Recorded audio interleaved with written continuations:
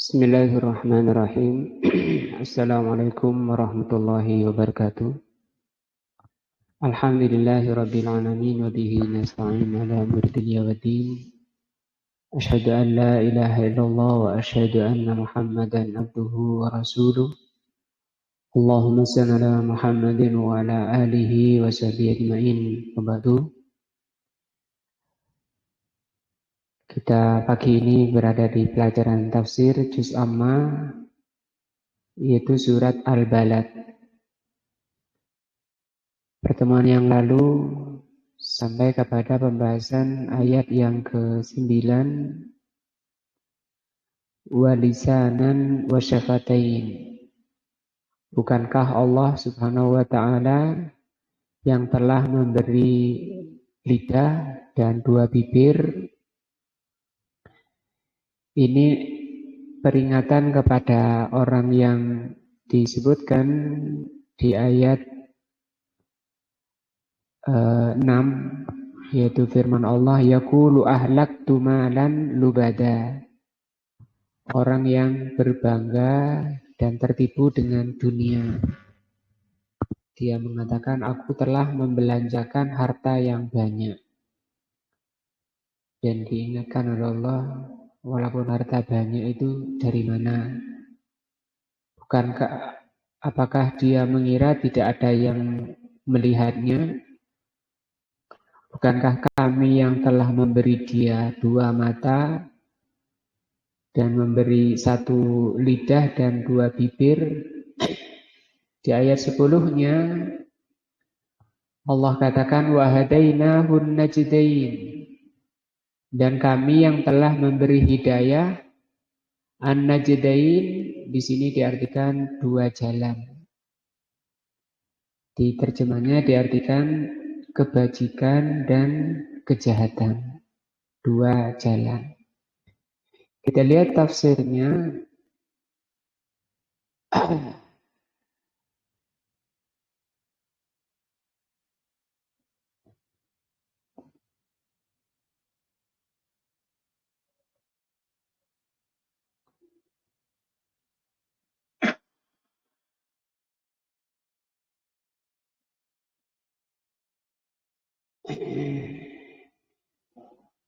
Wahadainahu an-najdain. Bukanlah kami yang telah memberi dia an-najdain. Kila di antara tafsir an-najdain, kalau tadi dua jalan ya. Ai bayyana lahu tariqal khairi. Sama dengan terjemahnya. Wa tariqas syarr dan jalan kejelekan. Nah. Al-qaulu tsani, tafsir kedua dari an-najdain, dallalnahu ala ma bihi wada'uhu. Kami yang telah memberi petunjuk kepada apa yang mengenyangkan dia. Bayi ini berarti bayi lahir dalam kondisi lapar. Dia tidak tahu harus bagaimana ketika lapar. Karena indera belum berfungsi, akal belum berfungsi. Tapi dia merasakan lapar. Nangis karena lapar atau haus. Dan dia tidak tahu ketika lapar dan haus harus bagaimana. Nah, mungkin orang tuanya, ibunya masih mengira-ngira, oh ini lapar. Tapi anaknya ini yang dibahas. Di ayat ini dibahas anaknya. Kemudian oleh Allah Subhanahu wa ta'ala diberi hidayah. Bayi itu diberi hidayah. Sebagai dalil bahwa asal bayi itu nggak ngerti apa-apa. Nggak tahu ketika dia merasakan lapar harus bagaimana. Wa hadainahu ala ma bihi wada'uhu, maka kami beri petunjuk dia kepada apa yang mengenyangkan. itu ke susu. Wa huwa as-sadiyani. Sadian itu dua kantong susu yang ada di dada ibunya. Nah, sebagaimana manusia itu protein, makanan, nutrisi itu kan dialirkan lewat darah. Kalau kita yang sudah dewasa, yang tidak menyusui. Tapi untuk bayi, kalau masih dalam kandungan, darah yang mengalir di badan ibu itu oleh Allah disalurkan ke bayinya. Sama dengan ibunya, darah yang dimakan.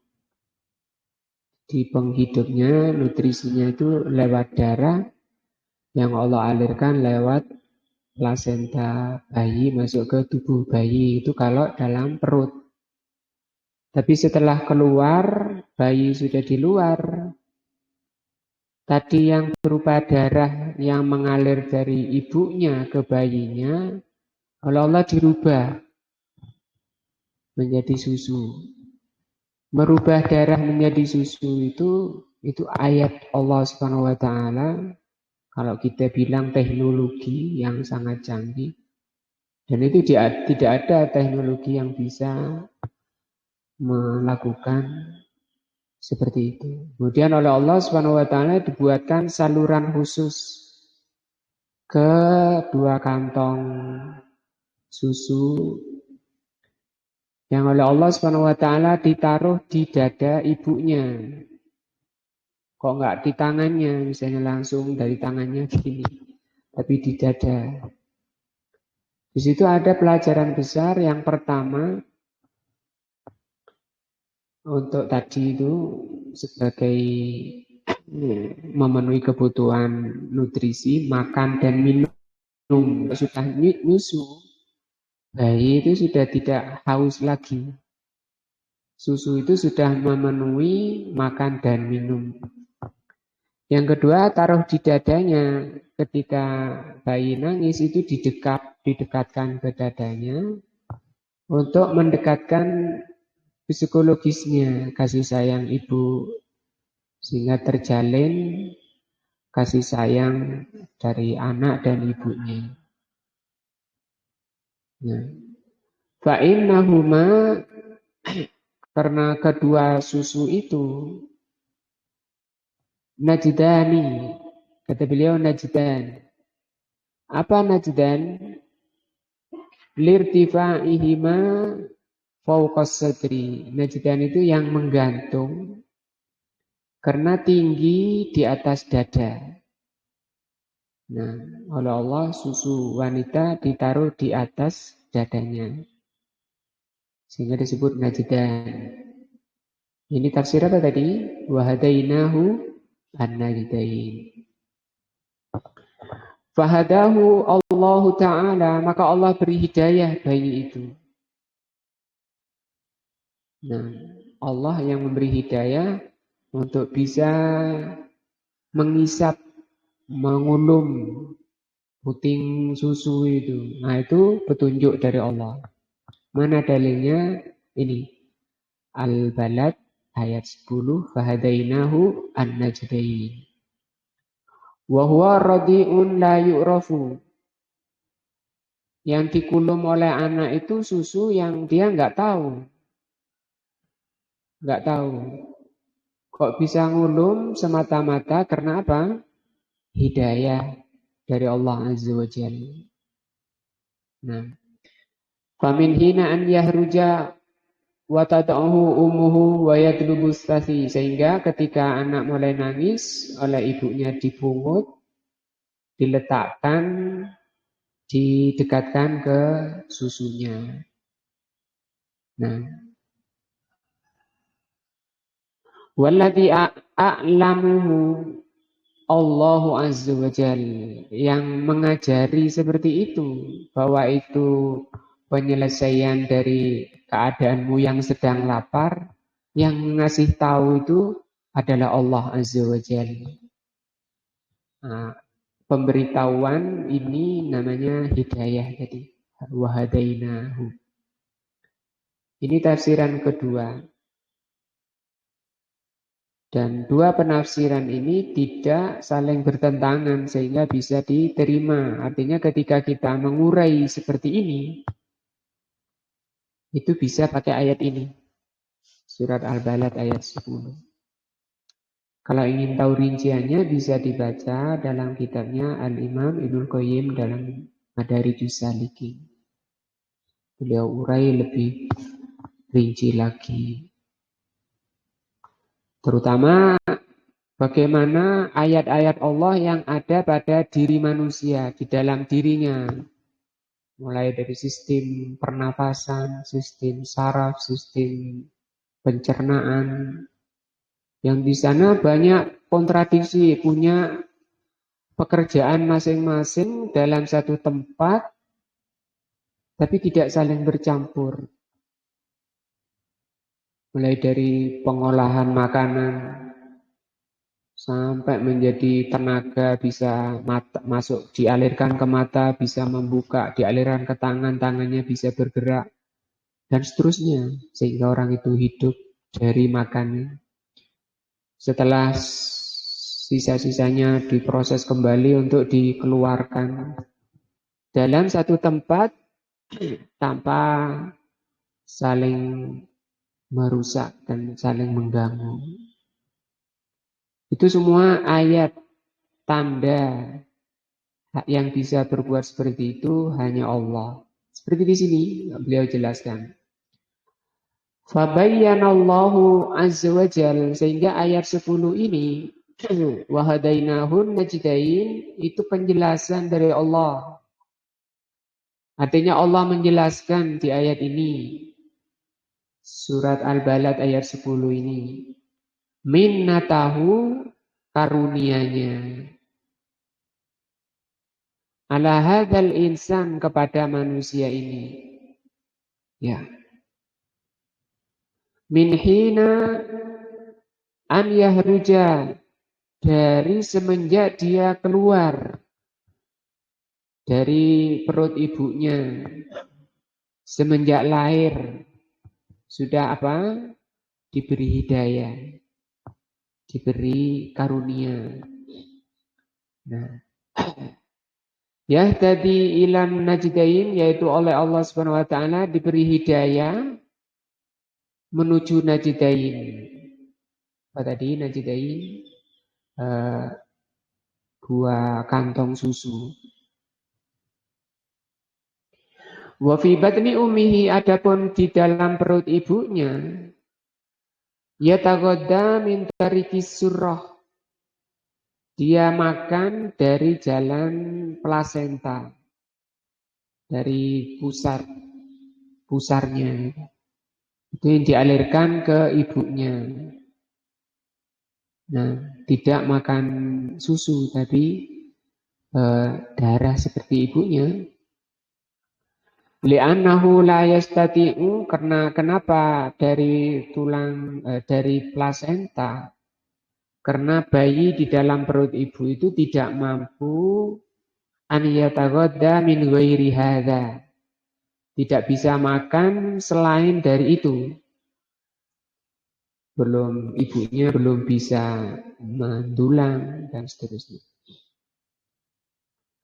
Walau taghadda min tarikil fam lahtiyaju ila baulin wa ghaitin. Karena kalau orang itu makan dari mulut, maka dia butuh kencing dan harus berak. Nah, harus kencing dan harus berak. Nah, lakinnahu antarikis surah, nah, tapi oleh Allah Subhanahu wa taala dibuatkan makanan janin dari jalan ini pusar. Kalau kita lihat bayi itu di dalam perut, ini masuk ke dalam ayat kauni namanya. Ayat kauni. Kalau ayat syar'i itu ya ayat ini yang sedang kita baca, wahyu. Wahyu di sini menjelaskan tentang keagungan Allah di dalam ayat kauni. Apa itu? Janin. Dari sisi apanya? Dari sisi makannya. Janin itu mulai dari cairan yang menjijikkan berupa mani. Dan sering oleh Allah Subhanahu wa taala dikeluarkan mani supaya manusia melihat mani atau air yang menjijikkan. Dikatakan menjijikkan, orang nggak mau lihat. Misalnya ditaruh di gelas, misalnya di piring. Apa itu mani? Orang akan bilang, ye. Ya, jijik. Ya memang menjijikkan. Tapi dengan kekuasaan Allah dan ilmu Allah, dirubah oleh Allah sesuatu yang menjijikkan menjadi bayi. Dan kalau sudah bayi, wah senang. Orang tuanya, ibunya paling senang. Bapaknya, tetangganya, handai taulan, kerabat datang, bondong-bondong, bawa apa, senang. Kalau sudah berubah bayi, yaitu tanda kebesaran Allah. Artinya ketika melihat itu, maunya Allah Subhanahu wa taala bukan hanya dengan pandangan mata semata atau mata telanjang. Harus dengan pandangan hati yang disebut dengan basirah. Wiki mani asalnya. Sekarang udah cantik semua menciumnya. Semua ngudang. Apa bahasa Indonesianya ngudang? Bapak Amin. Nah, ngudang. Apa? Menghibur. Nah, dipuji semua memujinya. Masya Allah. Cantiknya, Masya Allah rambutnya, Masya Allah tangannya lemes dan seterusnya. Yang kemarinnya masih berupa air yang menjijikkan. Ya'tihi damu min dami ummihi. Dibawa atau datang, ya'ti itu datang. Datang darah pada bayi itu dari darah ibunya. Wayan tasiru fi urukihi dan menyebar di aliran darah apa namanya? Hatta Yahya sehingga dia hidup setelah dialiri darah. Nah, ila an ya'dzanallahu ta'ala bi ikhrajihi sampai Allah izinkan untuk keluar dari jalan yang paling sempit tapi Allah dibuka. Nah, semua itu ayat-ayat Allah Azza wa Jalla.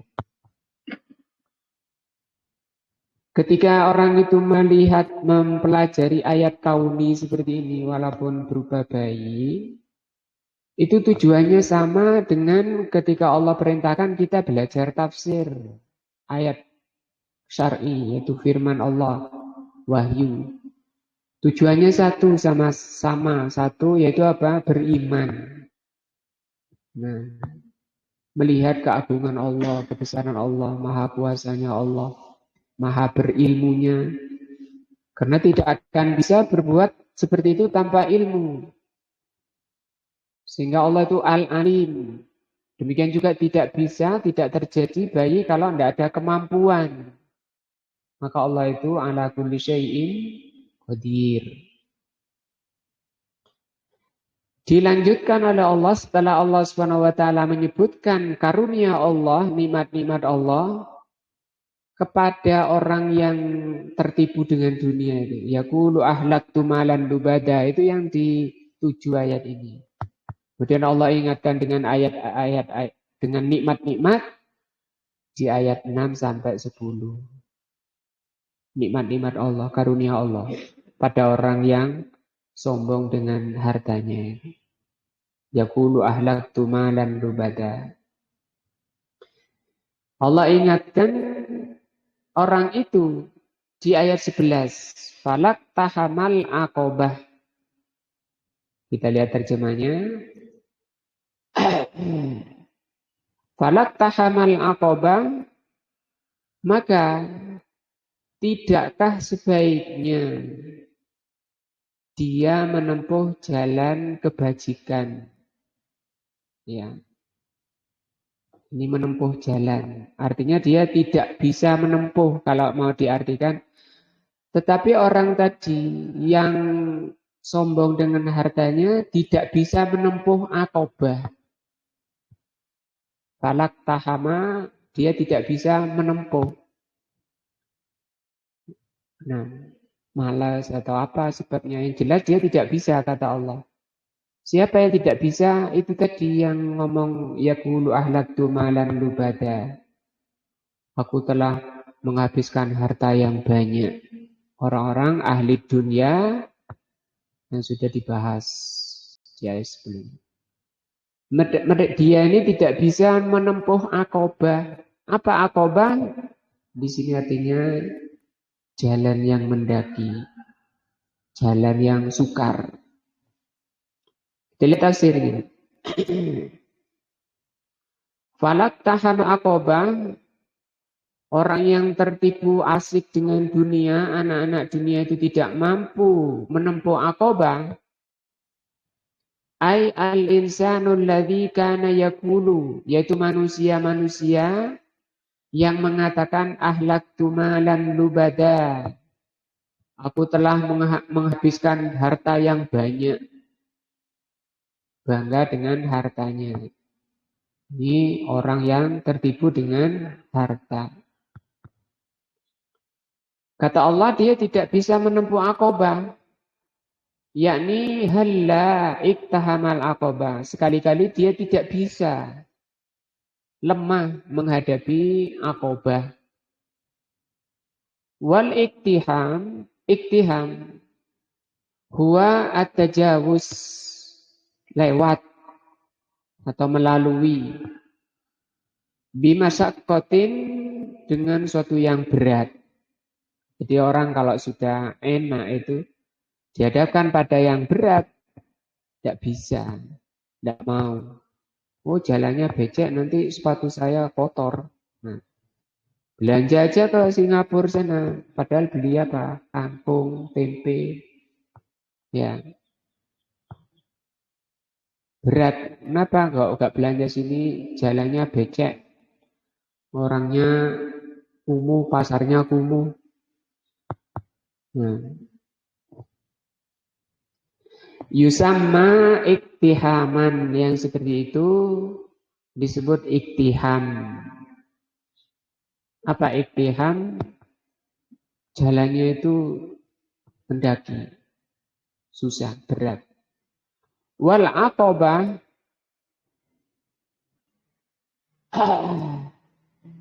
aqobah ya at-tariqu. Aqobah itu jalan fil jabal, jalan di gunung, al-wa'ru atau al-wa'ri. Jalan gunung yang terjal. Jalannya jalan pegunungan terjal. Nah, wala syakka, maka tidak diragukan anna iktihama hadhil aqabah, bahwa melalui jalan yang berat ini syakun ala nufus, itu berat bagi jiwa. Waduh, jalannya kayak gini. Dia biasanya bersandar di sofa, di kasur. Wah, kok harus lewat sini, ini jalannya, waduh. Nah, la yatajawazuhu, dia tidak bisa menempuhnya. Au la yaqumu bihi, dia tidak bisa melaksanakannya. Illa man kana indahu niyatun shadiqatun fi tajawuzi hadhil aqabah, kecuali kalau orangnya punya niat yang jujur untuk melalui jalan menanjak ini. Jadi butuh ini, kebulatan tekad, niat yang jujur, kata beliau. Karena untuk sampai ke surga, karena kampungnya di balik ini, di balik gunung yang terjal itu. Untuk sampai ke kampung halamannya yang penuh keindahan, yang disebut dengan Darul Karomah, negeri kemuliaan, harus melalui jalan yang terjal itu. Wah, orang yang sudah asik di dunia, yaqulu ahlaktu malan lubada itu berat. Maka butuh disiapkan apanya ini? Niatnya. Wa ma adraka mal aqobah. Allah bertanya apa itu aqobah? Aqobah tadi ya, jalan terjal di gunung yang tidak mampu ditempuh oleh orang yang asik dengan dunia. Hadzal istifham, pertanyaan dari Allah Subhanahu wa taala ini, wa ma adraka mal aqobah. Tahukah kamu apa itu aqobah? Supaya orang penasaran. Kata beliau di sini, lit taswik. Taswik itu supaya orang rindu, penasaran, wattafin. Nah, supaya orang itu fokus ke sana. Nah, yakni malladzi a'lamaka sya'nu hadhil aqobah. Yang kamu pahami apa aqobah itu? Yang tidak bisa ditempuh oleh orang yang ahli dunia. Maka Allah terangkan, alladzi qalallahu anha, Allah terangkan falak tahamal aqobah, yang tidak bisa ditempuh oleh ahli dunia itu. Bayyanahallahu fi qaulihi, Allah terangkan jalan menanjak itu fakku raqabah. Aqobah itu adalah apa? Fakku raqabah. Apa fakku raqabah? Fakku itu artinya memerdekakan. Raqabah budak atau tawanan, tahanan. Au it'amun, atau memberi makan, biyaumin di masghobah. Kita lihat terjemahnya. Tahukah kamu apakah jalan yang mendaki dan sukar itu? Fakku raqabah, itulah melepaskan perbudakan. Au it'amun fi yaumin di masghobah, atau memberi makan pada hari terjadi kelaparan. Jadi menda makroba, anak yatim yang memiliki hubungan kerabat. Au miskinan da matroba, atau orang miskin yang sangat membutuhkan. Nah, summa kana minal ladzina amanu wa tawassaw bis sabri wa tawassaw bil marhamah. Kemudian dia juga termasuk orang-orang yang beriman dan saling berpesan untuk bersabar serta saling berpesan untuk berkasih sayang. Nah, tadi butuh niat yang lurus, yang jujur, dan bisa menempuh aqobah ini hanyalah orang-orang yang beriman dan saling menasihati dalam kesabaran. Memang berat jalannya menanjak kayak gitu, ya butuh iman, butuh kekuatan hati, dan butuh kesabaran. Menasihatinya pun dengan ini, kasih sayang. Kita lihat artinya. Fakku raqabah,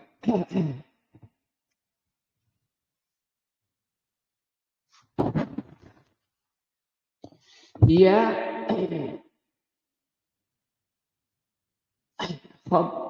fakunya.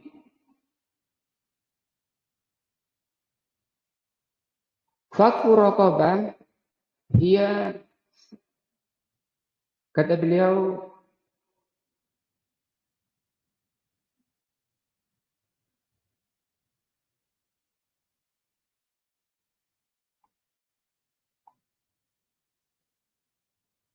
khobarun.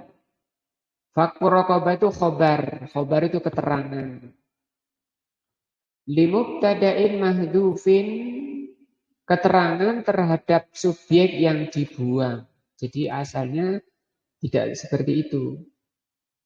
Wa takdir, perkiraan ayatnya seperti ini. Hiya, ya, jalan menanjak itu adalah, nah, hiyanya ini dihilangi. Fakku raqabah. Hiyanya ini mubtada atau subjeknya, kemudian langsung oleh Allah diambil keterangannya fakku raqabah. Wa fakkur rabbati lahu maknayan. Membebaskan budak, kalau tadi ya, membebaskan budak itu mempunyai dua makna. Al-makna al-awwal, makna pertama, fakkaha minar riki.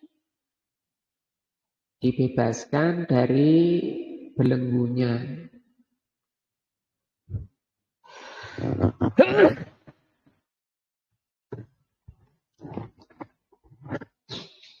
Bihaitsu ya'taku al-insanu al-abida, yaitu manusia membebaskan budak. Al-mamlukin yang ditahan. Sawa'un kana fi mulkihi, apakah dalam tahanannya sendiri, budaknya sendiri, fayatikuhum, kemudian dia bebaskan sendiri, au kanu fi milki ghairihi, atau budaknya orang lain, fayastari, kemudian dia beli. Dia beli budaknya, kemudian dibebaskan. Ini mana akobah pertama, yang membebaskan budak. Ini kan susah, berat. Wal makna sani, makna kedua. Makna kedua, fakku rokobatin minal asir, membebaskan rokobah dari asir. Asir tahanan, bukan budak, tapi tahanan. Fa'in fakul asir min afdalil amal, karena membebaskan tahanan itu termasuk amalan paling afdal. Ilallah yang azza wa jal, menurut Allah atau bagi Allah. Wal asiru rubama la yafakuhul adu. Tahanan itu kadang tidak dibebaskan oleh musuh. Illa bifidyatin maliyatin, kecuali harus dengan tebusan harta. Warubama takunu hadil fidyatun bahidatun kasiratun. Kadang tebusannya minta mahal. Banyak. La yatamihimuha illa man kana indahu imanun billahi wa azza wa jal bi an yahlifa alaihi ma anfaqa. Maka itu tidak akan bisa membebaskan tahanan dari musuh kecuali orang yang ada iman yang bisa membebaskan. Karena dia harus mengganti apa yang diminta, mengeluarkan harta. Wa an yasibahu ala ma tasduku, dan ingin mendapat pahala dari apa yang dia sedekahkan. Dan itu banyak dilakukan oleh sahabat-sahabat ya, seperti Bilal, oleh Abu Bakar As-Siddiq, dan banyak sahabat membebaskan budak-budak. Itu yang pertama. Jalan menanjak itu tadi fakku rokobah. Ada dua maknanya, membebaskan budak atau membebaskan tahanan. Au it'amun fi yaumin di masghobah, atau memberi makan pada hari yang lapar. Au di sini atau hadhihi litanwi'i. Ini menerangkan tentang tanwi. Tanwi itu macam. Jadi macam-macam jalan terjal yang tidak bisa ditempuh oleh orang ahli dunia banyak. Di antaranya membebaskan budak dengan uraian tadi. Yang kedua ini memberi makan. Yakni wa imma it'amun fi yaumin di masghobah ay di maja'atin syadidatin. Maja'ah itu lapar, syadidah itu sangat. Sementara orang miskin itu, orang lapar itu ada dua. Ada yang menutup diri. Nah, Yang disebut oleh Allah mahrum di dalam banyak ayatnya. Alladzina yusaddiquna di surat Al-Haqqah, di surat bukan Al-Haqqah tapi Al-Ma'arij ya.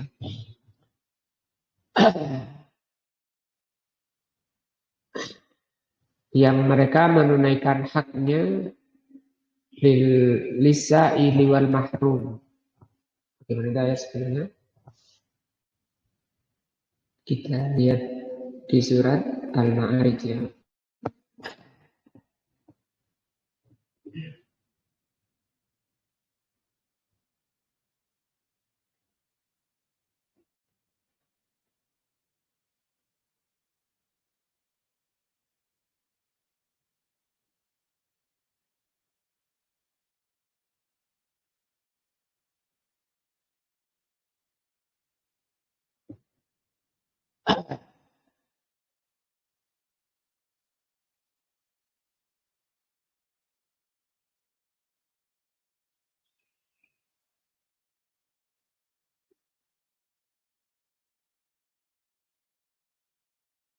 Nah ini walladzina orang-orang yang fi amwalihim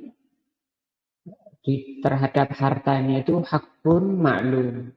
Kalau diterjemahnya yang di dalam hartanya ada bagian tertentu.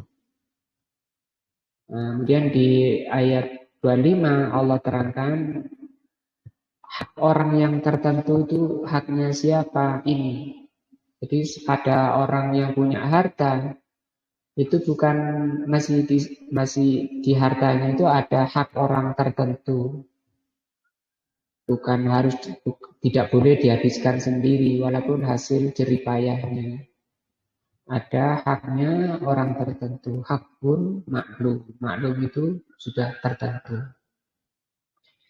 Siapa itu? Di sini Allah katakan lisa ini untuk orang yang meminta-minta. Jadi orang miskin ada dua, ada yang minta-minta, ada yang mahrum. Mahrum di sini diartikan yang menahan diri dari meminta-minta. Ada hadis sahih justru orang miskin yang sebenarnya atau hakikatul miskin, hakikat orang miskin itu yang kedua ini malah. Karena kalau asail minta, dia keliling. Keliling dia dapat untuk mengcover, untuk menutupi kebutuhan-kebutuhannya. Yang enggak keliling, punya kehormatan, tidak minta-minta. Bagaimana ini? Dia punya kebutuhan, sementara tidak ada jalan keluarnya. Ini yang mahrum, menjaga diri. Untuk ini mungkin kita sudah nggak kepikir karena sudah dia gerak sendiri, minta-minta sana. Yang ini bagaimana? Nah ini yang diperintahkan oleh Allah untuk kita yang punya itu yang harus jeli. Tahu saudara-saudara kita ini yang menahan diri dari dia butuh sebenarnya, tidak punya kerjaan, penghasilan, punya kerjaan tapi nggak cukup, kebutuhannya sangat banyak. Ini mahrum. Nah,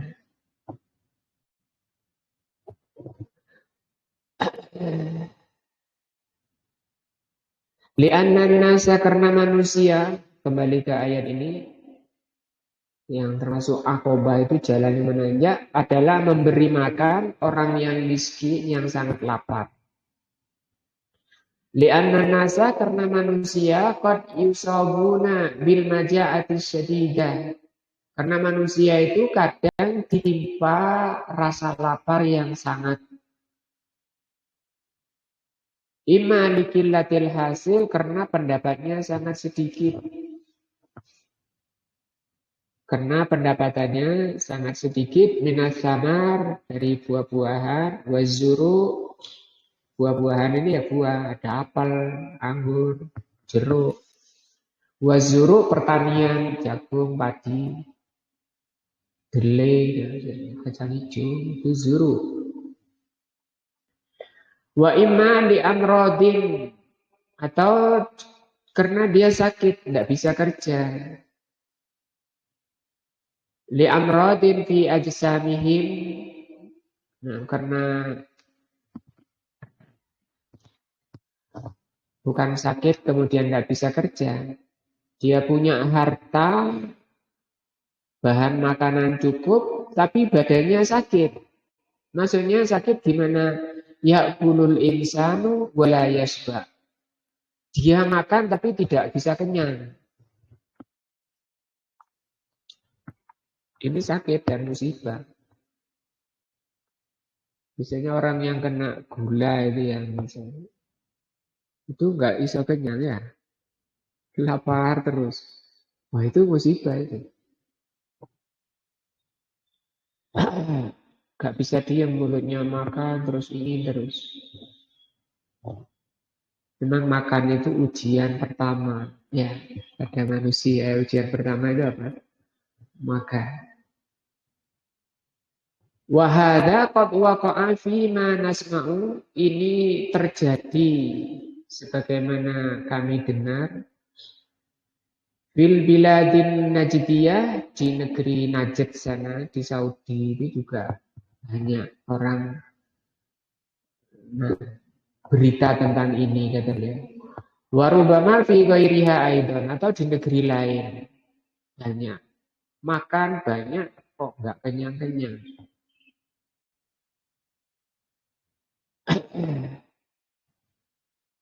Nah, anan nasa pernah ya ada sahabat itu datang ke Nabi, saya makan kok gak kenyang-kenyang Nabi. Mungkin kamu makannya sendiri-sendiri. Iya.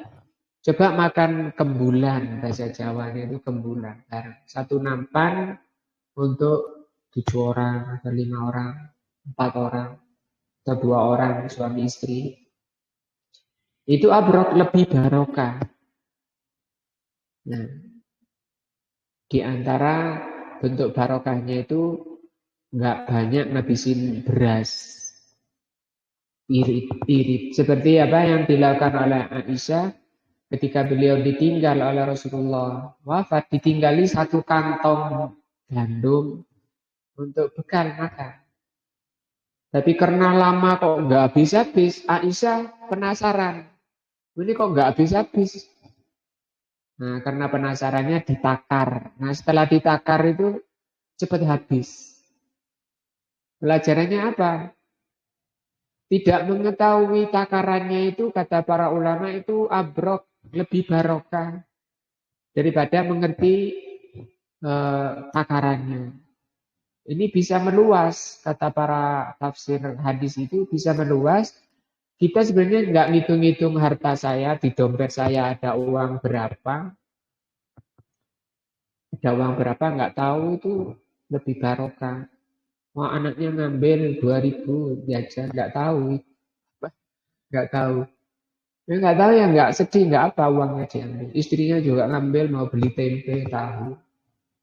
Nggak dosa seperti itu karena bapaknya sibuk nggak belikan tempe, nggak belikan tahu. Ya. Kata beliau ini terjadi makan nggak kenyang-kenyang. Di antara sebabnya itu penyakit ini masuk penyakit orang makan nggak kenyang-kenyang. Anana saya kuluna, yaitu berita tentang manusia makan dan wala yasba'un, tapi tidak kenyang. Nah, yaqulul wahidu ma'kalas asra. Satu orang makan 10 porsi. Wala yasba', enggak kenyang. Nah, ada orang memang jago makan biasanya pesen masuk warung 5 porsi sendirian. Bisa ada seperti itu. Wah, itu orang sakit ya seperti itu. Ini kan bahas sakit ya. Wa yamutun firju, sehingga dia mati dalam kelaparan. Padahal makannya sudah 10 porsi kok bisa mati dalam kelaparan. Mati fil aswaq, mati di pasar. Wa yatasaqatuna fil aswaq minal ju, berjatuhan Di pasar karena lapar. Maksudnya kenapa kok pasar? Karena pasar tempat jual beli makanan.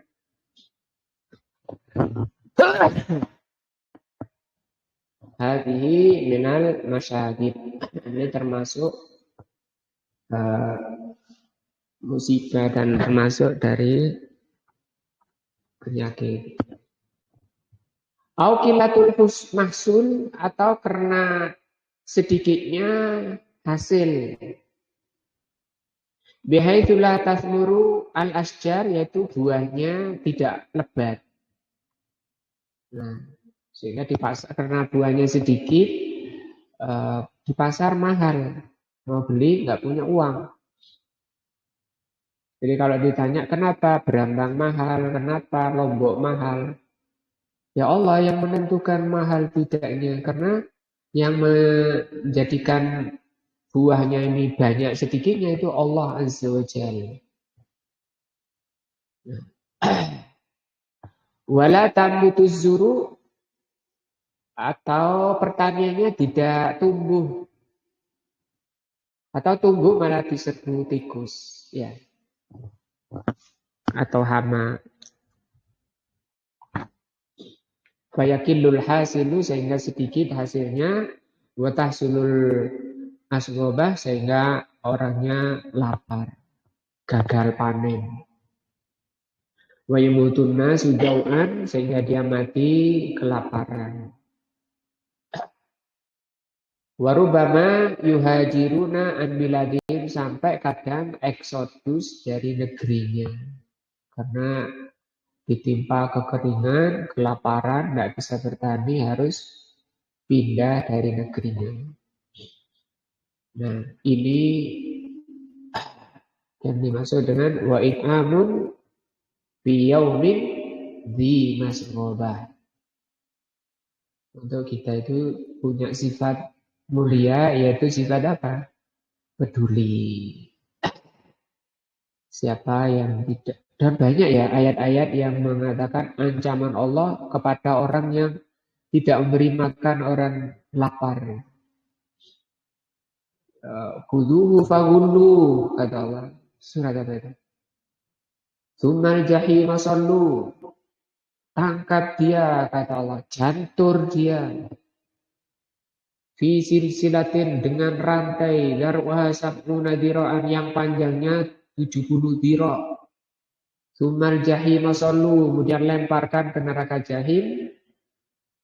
Kenapa kok sampai diperlakukan seperti itu? Dahsyatnya, li'annahum la yahudduna ala ta'amil miskin. Karena dia tidak memberi makan orang miskin. Maka bagi orang yang punya harta,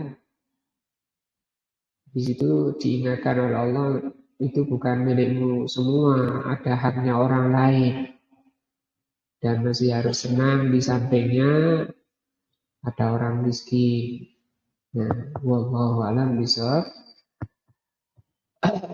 Kita pelajari sampai ayat ke 12 ya. 13.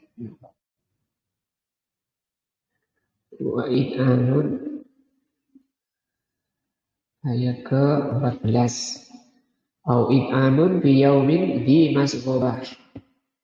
Kemudian merubah sifat-sifat kita yang jelek menjadi baik, menghilangkan dosa dan maksiat, dan diganti oleh Allah SWT dengan iman dan takwa, amal saleh. Subhanakallahumma wa bihamdika asyhadu an la ilaha illa anta astaghfiruka wa atubu ilaika. Wassalamualaikum warahmatullahi wabarakatuh.